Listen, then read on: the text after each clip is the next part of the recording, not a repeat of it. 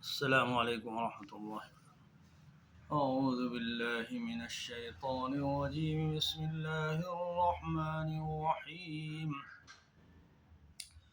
يسبح لله ما في السماوات وما في الأرض الملك القدوس العزيز الحكيم. والذي بعث بالأميين رسولا منهم يتلو عليهم آياته ويزكيهم ويعلمهم الكتاب والحكمة وإن كانوا من قبل لفي ضلال مبين وآخرين منهم لما يلحقوا بهم وهو العزيز الحكيم. ذلك فضل الله يؤتيه من يشاء والله ذو الفضل العظيم. مثل الذين حملوا التوراة ثم لم يحملوها كمثل الحمار يحمل أسفارا بئس مثل القوم الذين كذبوا بآيات الله والله لا يهدي القوم الظالمين.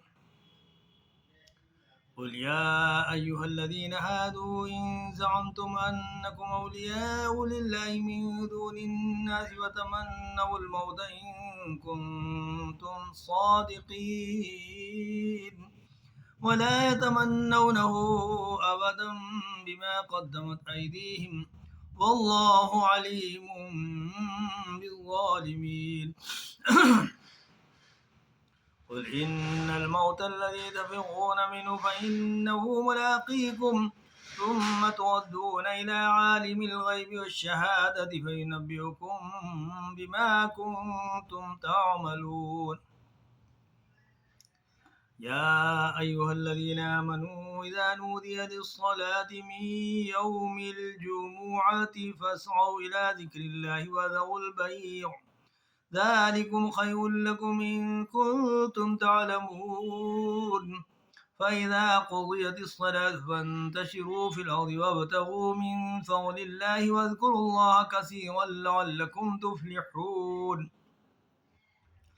وإذا رأوا تجارة أو لهوا انفضوا إليها وتركوك قائما قل ما عند الله خير من اللهو ومن التجارة والله خير الرازقين.